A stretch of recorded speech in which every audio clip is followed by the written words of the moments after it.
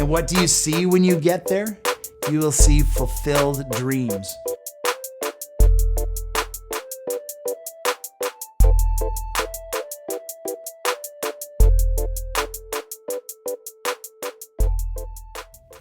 Hello, Pastor Glenn here from Bethel Christian Assembly in Brandon, Manitoba. Just going to take a few minutes and share a couple of thoughts with you today. And the main big point today is just the journey. What does it mean to go on a journey? And I'm going to come back to it at the end. I'm going to come back to 1 Peter, the first chapter, and verses 13 and 14. But just kind of a few thoughts to get us started. When's the last time you went on a journey? And a journey usually kind of means something more than just going to the grocery store. It means a little longer extended period of time and going somewhere, and it usually takes a long time and could be a trip across the desert, or could be a drive across Canada, or a holiday or something like that. One journey that I remember growing up that kind of always stuck out in my mind is I used to have, my first car was a Pontiac J2000, red with a sunroof, standard, way you go. And I remember being in Bible college, and I remember ending one term, and I didn't have a whole lot of money left to get home, so I worked a couple of jobs for 2-3 weeks to make some money to go home, but I didn't want to pay the extra month for my apartment. So I took everything I owned and stuck it in my Pontiac J2000, and I lived on a friend's couch for a couple of weeks and just went out to the car whenever I needed something. And then when I came home, I remember the thought thinking, everything I own is in this car right now, and I could go anywhere. I could take all that I have, which wasn't much then, and go anywhere and just take off and be gone. And you stop and you think a little bit about the Bible and the grander story of the Bible. And the Bible has huge stories in it, right? The Israelites, the forming of a nation, they go into Egypt, they leave Egypt, they go into the wilderness, into the wanderings.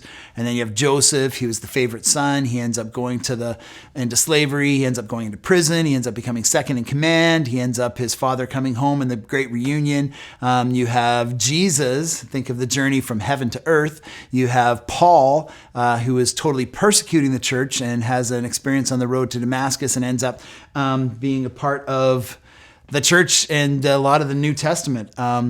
Peter is the guy, I mentioned the verse we're going to read. Peter was often called the apostle of hope.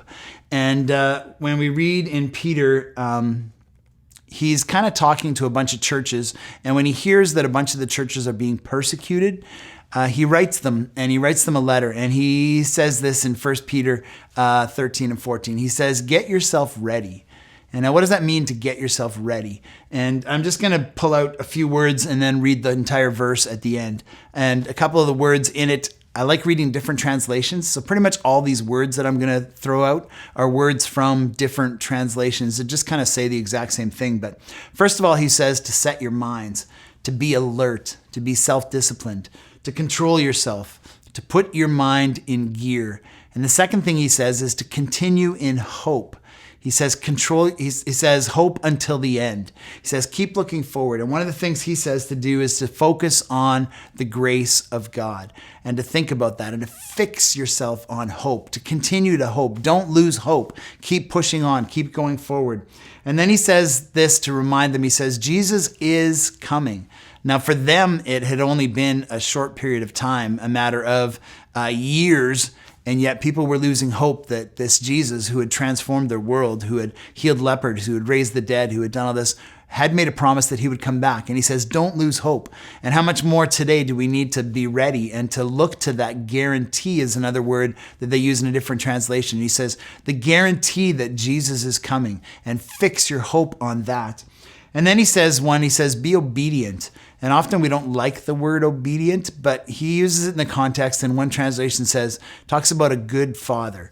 Now, if you have a good father and has a true heart and honestly really cares for you, then it's easy to be obedient because you know that his heart is pure, his heart is right, his heart is for you. And he challenges them to be obedient to the heart of God and that God has your best concerns in mind. And the last one is don't conform. Don't go back to the way you were. Don't conform to evil desires, to overcome evil with good. And when you know better, don't slip back into being lazy. So life's a journey. Some quotes that I saw, it must be traveled. Nobody else can walk it but you. But I hope to encourage you today to keep walking. No one else can do that journey for you. You need to take that journey and you need to move. And I like the statement that often difficult roads lead to amazing views. You think of going for a hike or climbing a mountain. They're going in the different directions, and you go on this journey to get to this pilgrimage. I've always wanted to go to Egypt and see in person the Great Pyramids. And it would take quite a bit of money. It would take quite a bit of time. It would take quite a bit of effort. But when I got there, I would see this pyramid that I've seen pictures of, but I think would be amazing to see in person. And just some of those things to think that, you know what, keep pressing through. So what preparations do you need to make? My challenge to you is to do them. How long will it take to get there? My challenge and Peter's challenge to us is to remain hopeful, no matter how long it takes. And what do you see when you get there? You will see fulfilled dreams. And what obstacles will be encountered along the way, either expected or unexpected? Don't quit, even though something's thrown in front of you. Keep pressing on, keep going ahead. And here's the verse that I've been talking about the whole time that I want to read to you as I close. Therefore, 1 Peter chapter 1, verse 13 and verse 14 says this. It says, therefore, with minds that are alert and fully sober, set your hope on the grace to be brought to you when Jesus Christ is revealed at his coming. As obedient children, do not conform to evil desires you had when you were living in ignorance. So today I hope that you are blessed and that you're filled with wisdom. And I hope that whatever journey you're on, whatever stage you're at, that you won't conform, that you will press on, that you will find hope, that you will look into the guarantee that Jesus is coming and life will be set straight. There will be justice. There will be righteousness. So I pray that you'll be blessed today, and I pray that you'll be filled with wisdom, and have a great day.